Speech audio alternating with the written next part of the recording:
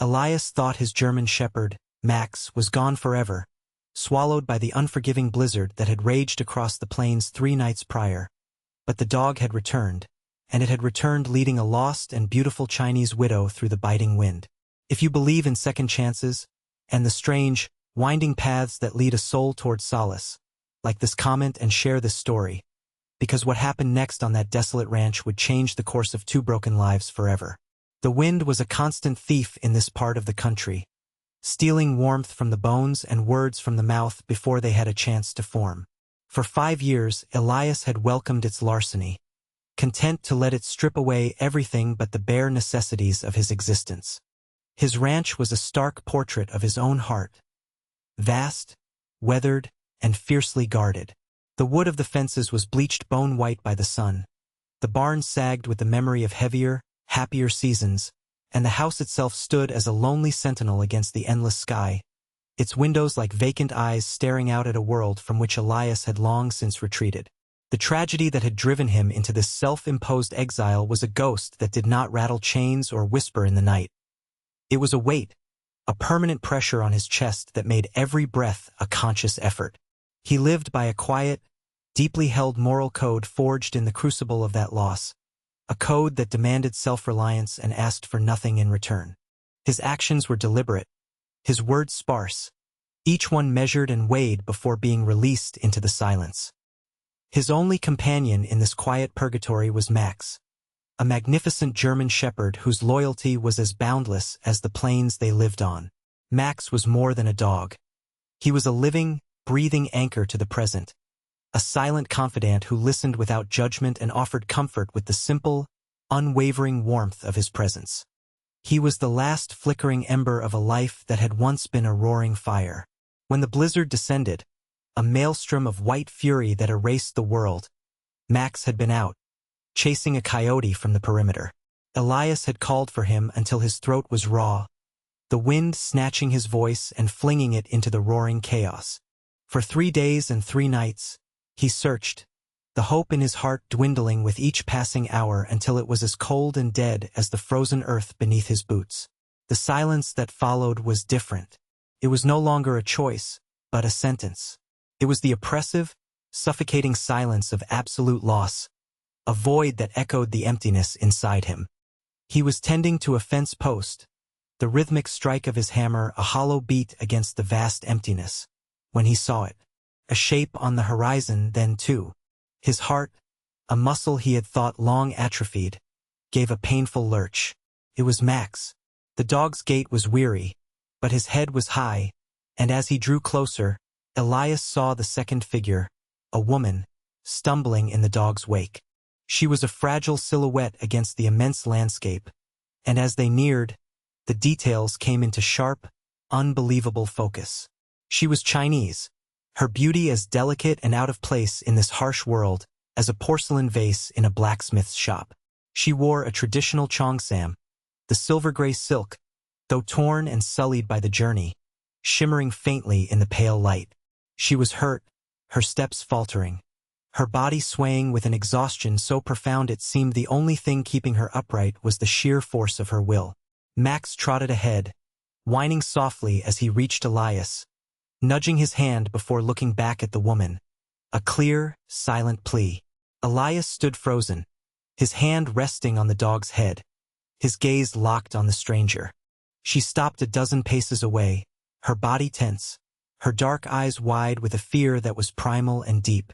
She was a ghost from another world, a fragile mystery led to his doorstep by the only creature on earth he trusted. The space between them was charged with a silent, crackling tension. Elias, a man who had spent half a decade perfecting the art of solitude, felt the intrusion of her presence like a physical blow. His first instinct, honed by years of isolation, was one of suspicion. Strangers were trouble. They brought with them the noise and complications of a world he had fought to leave behind. He studied her, his gaze as sharp and discerning as a hawk's. He saw the tremor in her hands, the chapped, pale lips, the way she clutched a small, cloth-wrapped bundle to her chest as if it were her last earthly possession. Her fear was not an act. It was a raw, palpable thing, a scent in the air that both the man and the dog recognized.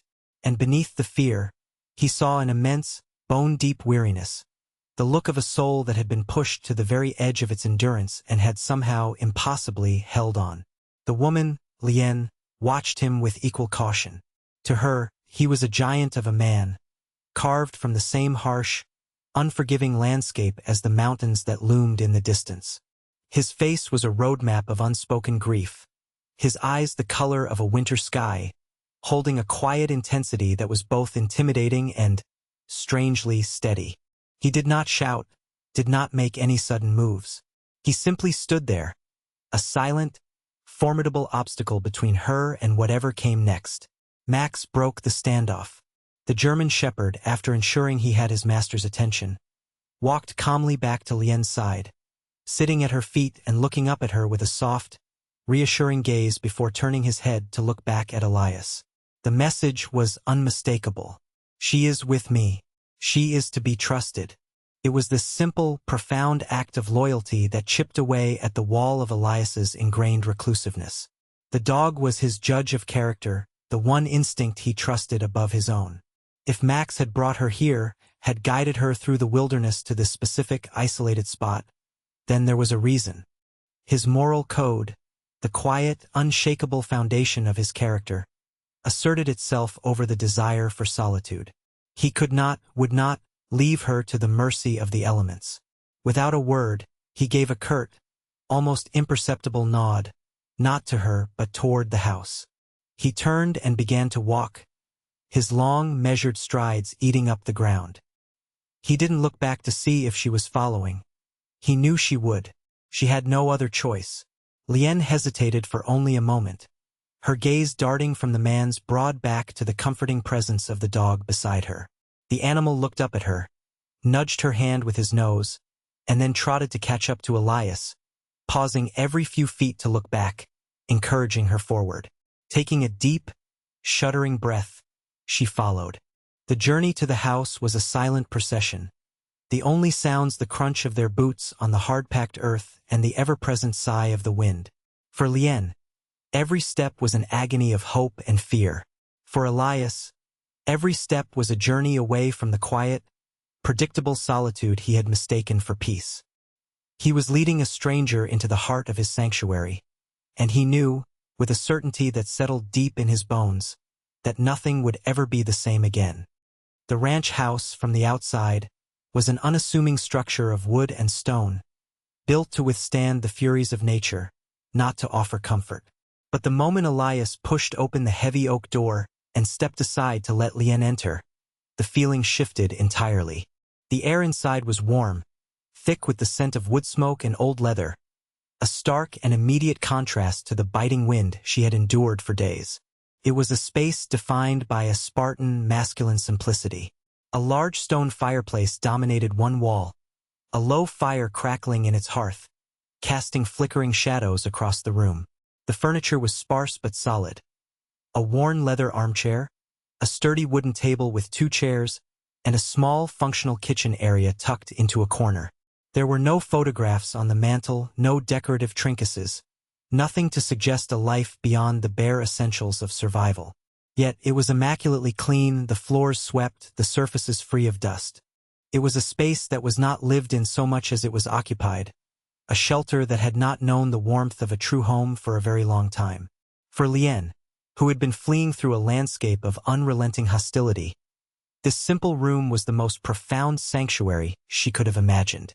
The sheer relief of being out of the wind, of feeling the radiating warmth of the fire on her frozen skin, was so overwhelming that her legs threatened to buckle. She stood just inside the doorway, clutching her small bundle, her eyes taking in every detail of the space, a castaway washed ashore on a deserted, but safe, island. Elias moved with a quiet efficiency, his actions practical and devoid of any overt emotion.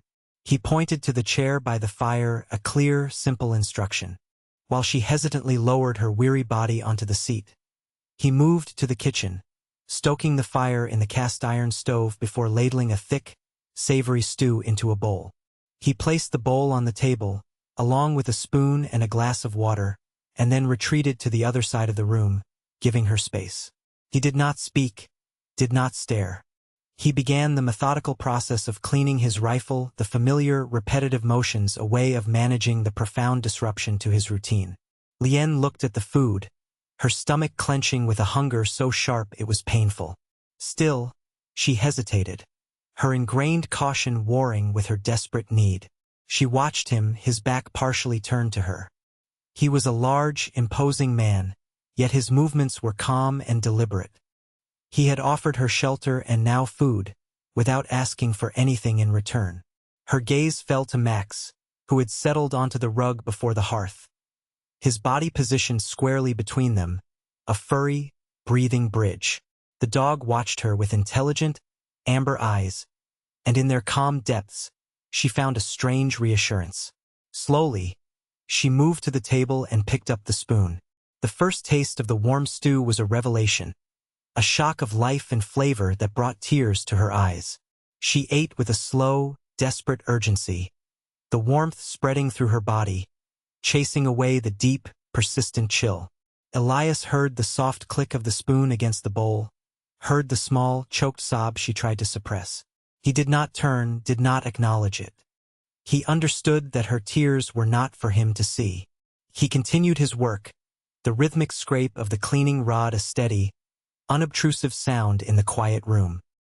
He was acutely aware of her presence, of the soft sounds of her eating, of the subtle shift in the atmosphere of his home. Her arrival had disturbed the placid surface of his grief, and now memories were beginning to stir in the depths. The ghost of a scent of his wife's cooking, the faint, lingering echo of his child's laughter near the hearth. He had built this silence to keep those ghosts at bay, but this strange, frightened woman, brought to him by his dog, had unwittingly walked right through his defenses, bringing with her a fragile, complicated flicker of life into a house that had long been a tomb. The days that followed unfolded in a shared and deliberate silence, a quiet, rhythmic dance of observation and accommodation. The language barrier between them was a chasm, but in its place, a more fundamental form of communication began to grow, built not on words, but on the steady, undeniable evidence of actions. Trust, for two people so deeply wounded by the world, was not a thing to be given freely. It had to be earned, one quiet, consistent gesture at a time. Elias rose before the sun, as he always did, his routine as ingrained and unchangeable as the turning of the seasons. He would light the fire in the main room, ensuring the house was warm before he left, and place a pot of coffee on the stove. He moved with a practiced quietness, his heavy boots making little sound on the wooden floors, before heading out to tend to his cattle and the endless list of chores that a ranch demanded. He would leave food on the table for Lien, a portion of whatever he had made for himself, simple, hearty fare that spoke of sustenance, not comfort. He never waited to see her eat it, never lingered. It was a simple, non-negotiable provision of care, as fundamental as mending a fence or feeding his livestock. He was offering her sanctuary, and in his stark moral code, that meant providing for her basic needs without expectation or intrusion. From the window, Lien would watch him. In the beginning, she hid, peering through the edge of the curtain, still seeing him as a potential captor, a figure of unpredictable power. But as the days passed, her fear slowly began to recede, replaced by a cautious, growing curiosity. She saw the way he moved, with a strength that was controlled and purposeful. She watched him gentle a spooked horse, his large hands surprisingly tender, his voice a low, calming murmur that the wind carried away. She saw him mend a broken fence with a meticulous patience that seemed at odds with his rugged exterior. She observed his interactions with Max, the quiet commands, the affectionate ruffle of fur, the unspoken understanding that flowed between man and beast. She was seeing the truth of him, not in words, but in the consistent, repeated evidence of his character. He was a man of quiet competence and a deep, unassuming kindness. The house slowly, imperceptibly, began to change. One afternoon, while Elias was out, Lien found his mending basket, a simple collection of needles and thread. A thick work shirt he favored lay on a chair, its cuff torn. With delicate, practiced stitches, she repaired it, her fingers moving with a grace and skill that felt like a memory from another life. She folded it neatly and placed it back on the chair. She did not do it for thanks, but for a sense of purpose, a small way to contribute to the fragile ecosystem of their shared space, to transform her role from that of a mere refugee to a participant. When Elias returned that evening, weary from the day's labor, he saw the shirt. He stopped, his gaze lingering on the fine, almost invisible stitches. He picked it up, running his thumb over the repaired fabric. He said nothing. He didn't need to. In the quiet language they were building, this small, careful act of service was as loud and clear as a declaration. He looked over at her, where she sat by the fire, pretending to be absorbed in watching the flames. For the first time, their eyes met and held for a beat longer than necessary. In that shared glance, something profound shifted. It was an acknowledgement, a silent recognition of a debt paid and a kindness received. The first fragile thread of a real connection had been woven between them. The quiet truce of their cohabitation was shattered in the dead of night by a sound that ripped through the house's oppressive silence. A single, strangled cry of pure terror. Elias was awake instantly, his body moving from a state of rest to alert readiness in a single heartbeat, a relic of a past that had demanded constant vigilance. He was out of his bed, grabbing the shotgun he kept by the door before his mind had fully registered the source of the sound. It had come from her room. He stood in the darkened hallway, the cold wood of the floor chilling his bare feet, listening. The cry was not repeated, but he could hear the ragged, panicked gasps of someone fighting for breath, the muffled sobs of a soul drowning in the depths of a nightmare. His protective instincts, long dormant, surged with a ferocious intensity.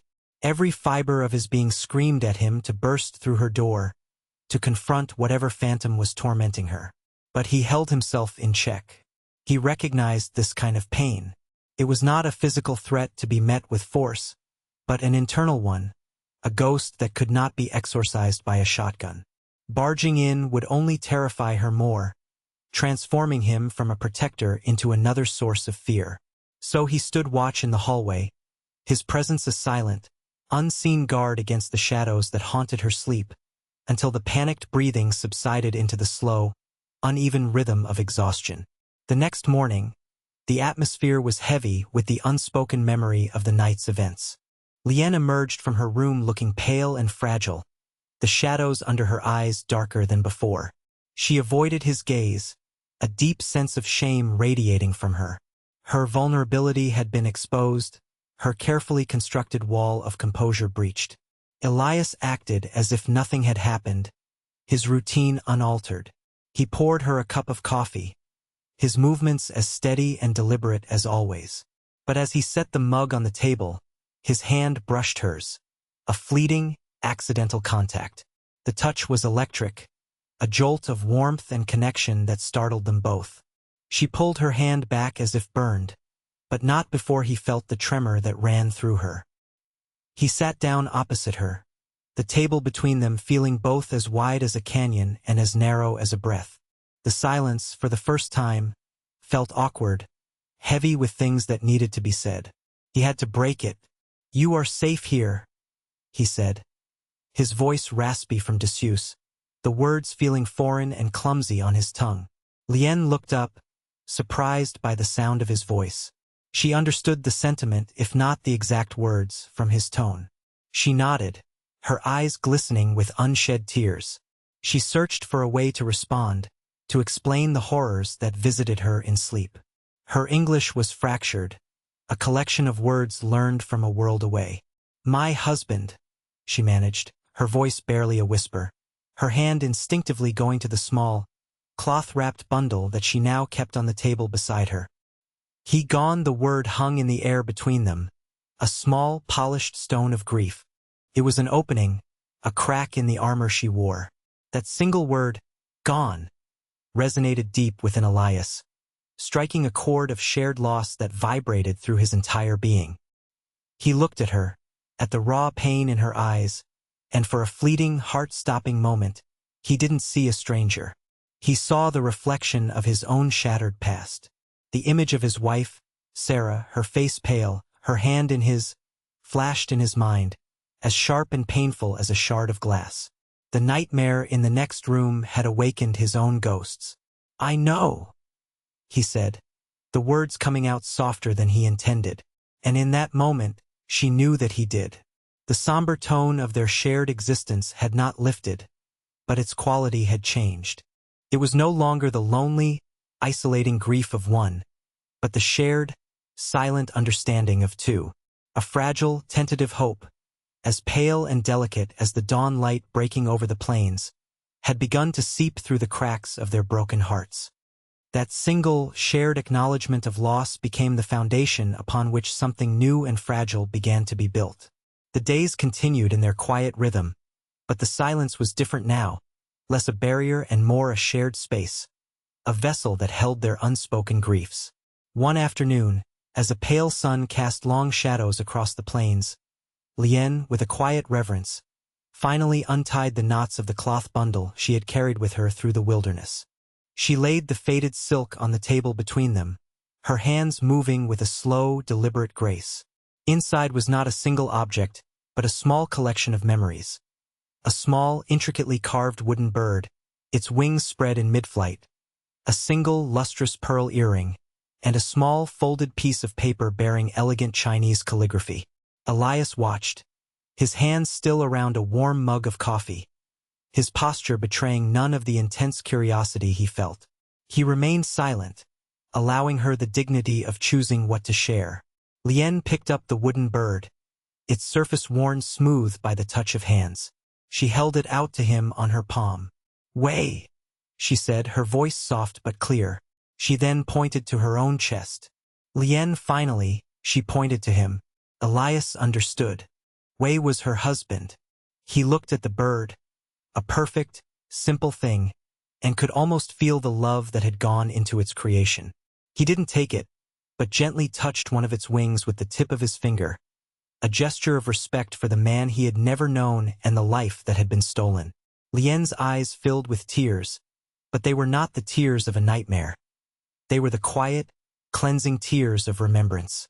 Later that week, after the evening meal was done and the dishes were cleared, Elias rose from the table.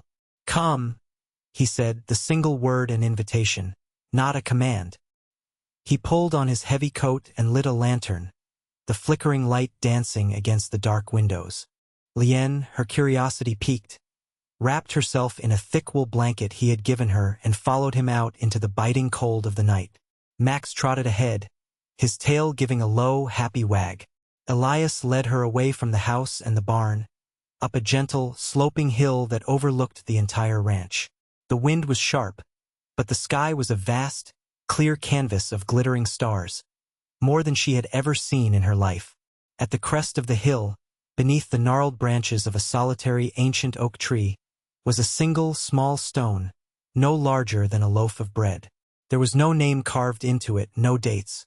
It was just a marker, a silent testament to a presence that was no longer there. Elias stood before it, the lantern light casting his long shadow over the frozen ground.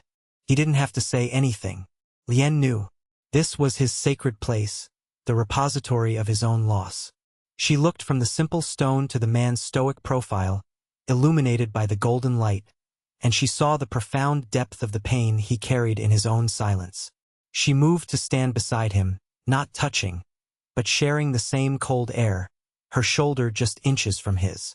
Together, they looked out at the vast, sleeping landscape, two solitary figures under an ocean of stars, sharing the heavy, invisible weight of the ghosts they carried. The silence that enveloped them now was no longer empty. It was full of everything they could not say, a profound, heartbreaking, and beautiful understanding. In the weeks that followed, the ranch became a classroom.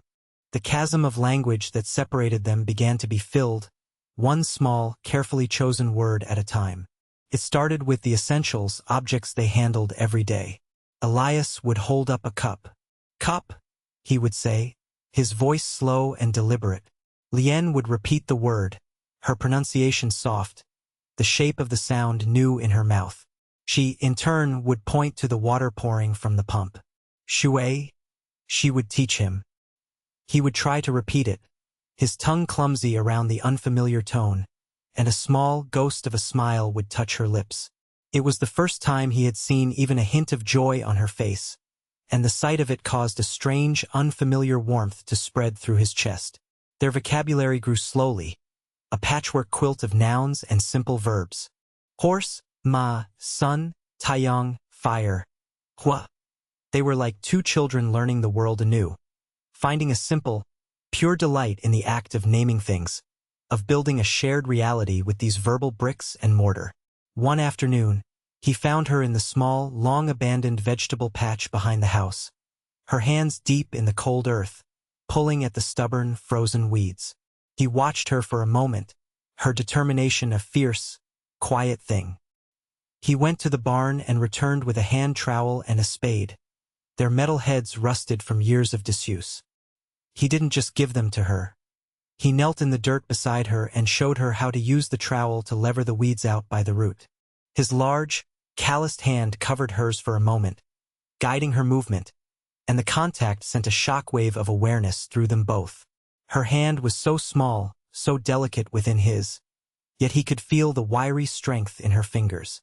They worked side by side until the sun began to set, turning the sky to shades of orange and violet, their shared labor a comfortable, rhythmic counterpoint to the ever-present wind.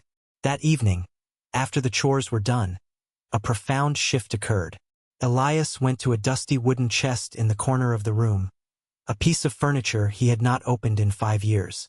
From it, he pulled an old acoustic guitar, its wood dark and rich. He sat in his chair by the fire and, after a moment of tuning the strings, began to play. The music that filled the small house was simple, a melancholic folk melody that seemed to be pulled from the very soul of the landscape outside. It spoke of loneliness, of hardship, and of a deep, abiding love for the unforgiving land. It was the story of his life, told not in words, but in the mournful cry of the strings. Lien sat perfectly still, listening, her hands clasped in her lap. The music was a language she understood perfectly. It was the sound of his grief, the sound of his solitude, but within it, she could also hear a faint, resilient flicker of hope. As he played, Max, who had been sleeping at his feet, got up, walked over to her, and rested his great head on her lap, his amber eyes fixed on his master. And in that moment, the three of them, the man, the woman, and the dog, were a complete and perfect circle of silent understanding, bound together by the music that filled the spaces where words had failed. The fragile peace of their isolated world was inevitably breached. It happened on a Tuesday, a day like any other, when the distant, rhythmic clatter of hooves and the groan of wagon wheels grew steadily louder, a sound so alien in their quiet existence that both Elias and Lien froze. A weathered supply wagon pulled by 2 sturdy horses, a vehicle Elias recognized with a familiar sense of dread, was making its way up the long, winding dirt road to the house. It was Hank, the owner of the general store in the nearest town, a man whose monthly deliveries of salt licks and other necessities were a necessary evil that Elias tolerated but never welcomed. Panic, cold and sharp, seized Lien. The sound of an approaching stranger was a trigger, a direct link to the terror she had fled. Her eyes grew wide, and without a second thought, she fled to the barn, disappearing into its cavernous shadows like a startled deer. Elias's jaw tightened. A fierce, protective instinct, more potent than anything he had felt in years, rose up in him. His sanctuary had been violated, and more importantly, she had been frightened. He strode out onto the porch, positioning himself as a physical barrier in front of the door, his expression as hard and unyielding as the winter ground. Hank pulled the wagon to a stop, a portly, well-meaning man whose casual curiosity was as intrusive as a physical search. "Elias, good to see ya," he called out, climbing down from the wagon seat. "Just got your supplies. Weather's been something else, eh?" Elias just nodded, his silence a palpable wall. Hank, however, was not easily deterred. His gaze flickered past Elias, toward the house. "Heard you had a rough time in that blizzard. Lost your dog, I heard." Just then, as if on cue, Max trotted out from the side of the house, looking from Elias to the wagon and letting out a low, questioning growl. Hank's eyes widened. Well, I'll be. There he is. Tough old boy. His gaze then drifted towards the barn. Saw some movement over there. Everything all right? Got squatters? The question hung in the air, laced with suspicion. Elias's hands clenched into fists at his sides. He had to say something, to erect a defense of words to match the physical one of his body. No squatters, he said, his voice a low growl. Family, the word came out of nowhere. An instinctual lie born of a desperate need to protect. My cousin's widow. From back east. Her husband passed. She's staying a while. Hank looked surprised, his eyebrows shooting up. Oh, well, sorry to hear that. Didn't know you had family left. He looked towards the barn again. His curiosity now tinged with a hint of sympathy. Well, you tell her I'm sorry for her loss. Elias gave another curt nod, his posture unbending until Hank had unloaded the supplies, climbed back onto his wagon, and started back down the road, leaving a cloud of dust in his wake. Only when the wagon was a distant speck on the horizon did Elias allow his body to relax. The lie he had told echoed in his mind. Family. He walked to the barn, his steps heavy. He found Lien huddled in the hayloft, her body trembling. He didn't speak. He simply reached out a hand. After a long, tense moment, she took it, her small, cold hand gripping his with surprising strength. He helped her down, and in the dusty, quiet stillness of the barn, he did not let go. He held her hand, a silent, solid promise in the dim light. He would not let the world hurt her again. The visitor's intrusion, and Elias's surprising, fierce defense of her, had irrevocably altered the dynamic between them. The lie he had told for her sake was a confession, a declaration more powerful than any truth he could have spoken. It had named what was growing between them, giving it a shape and a weight. That night, the silence by the fire was different. It was no longer a space to hold their separate griefs, but a comfortable quiet that held a shared future. It was Elias who finally gave voice to the ghosts that had stood between them for so long. He stared into the flames, the firelight carving deep lines into his weathered face. I had a wife, he said, the words rusty, pulled from a deep, unvisited well of pain. Sarah, he paused, the name hanging in the air like a fragile breath. And a daughter, Lily, he gestured with his chin toward a dark, empty corner of the room. She was only 4. There was a fever. It took them both in less than a week. He didn't look at Lien as he spoke, his gaze fixed on the dancing flames as if the memories were playing out within them. He had never spoken these words aloud to another soul. The confession left him feeling hollowed out, exposed. Lien listened, her heart aching with a profound empathy. When his voice trailed off into a ragged silence, she reached across the small space between their chairs and laid her hand on his arm. Her touch was light, tentative, but it anchored him, pulling him back from the edge of his memory.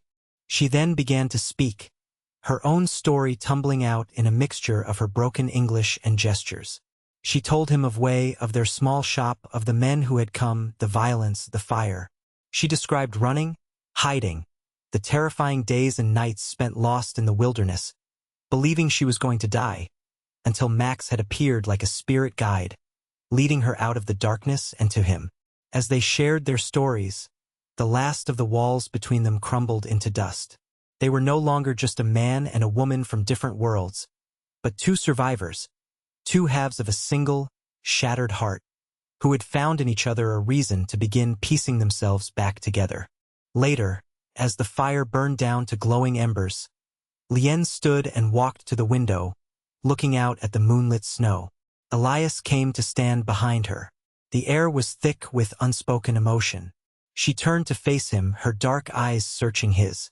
Slowly, she raised a hand and gently, reverently, touched the deep lines etched at the corners of his eyes, tracing the path of his unspoken sorrows. He didn't flinch, didn't pull away. Instead, he closed his eyes, leaning into her touch with a sigh that seemed to release 5 years of pent-up loneliness. He brought his own hand up to cup her face, his callous thumb stroking her cheek with an impossible tenderness. It was not a gesture of passion, but of something far deeper, of gratitude, of recognition, of finding a safe harbor in a storm-tossed world. With the coming of spring, the world outside the ranch house began to thaw, and with it, the last of the frost that had encased their hearts for so long. The snow receded, revealing the sleeping earth beneath, and soon small, determined shoots of green began to push their way toward the sun. The brutal, monochromatic landscape was slowly painted with the tender colors of new life, a vibrant, hopeful palette that mirrored the transformation taking place within the walls of the quiet house. Their days found a new, harmonious rhythm. They worked together, a silent, efficient team. Lien took over the small vegetable garden with a fierce dedication, her hands in the rich soil, coaxing life from the dormant ground. Elias would watch her from afar as he mended fences, a quiet sense of wonder filling him. She had brought life back not only to his home, but to him. The house was no longer a silent tomb, but a place filled with the soft sounds of living. The gentle hum of her voice as she tended her plants, the smell of food she cooked using herbs from her garden, the quiet, contented sighs of Max sleeping at their feet. The sparse, functional shelter had, against all odds, become a home. Their romance was not a roaring fire, but a slow, steady, and deeply warming hearth.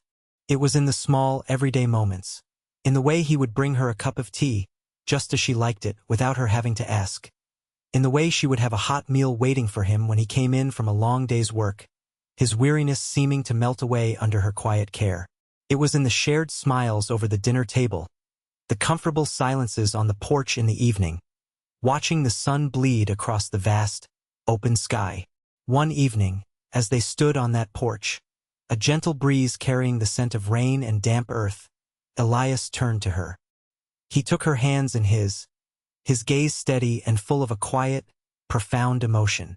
"Lien," he said, his voice clear and strong. "Don't go." It was not a question, but a plea, a statement of fact.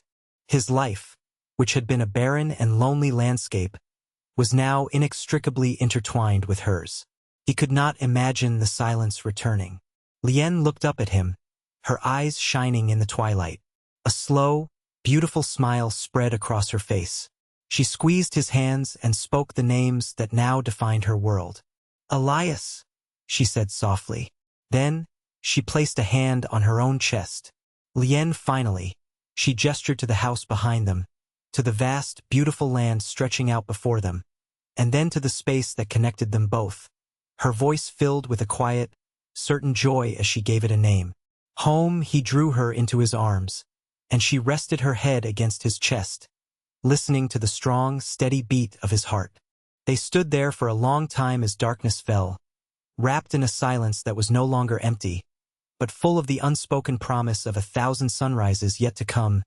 Two broken souls who had been led through the wilderness to find their sanctuary not in a place, but in each other.